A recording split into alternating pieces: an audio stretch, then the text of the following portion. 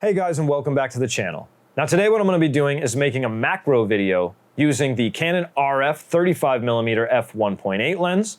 I'm also going to use the Canon EF 100mm f2.8L lens. I'm going to use my Canon R6, and I'm going to shoot exclusively at 4K, 60 frames per second, using C-Log 3. So let's get right into it.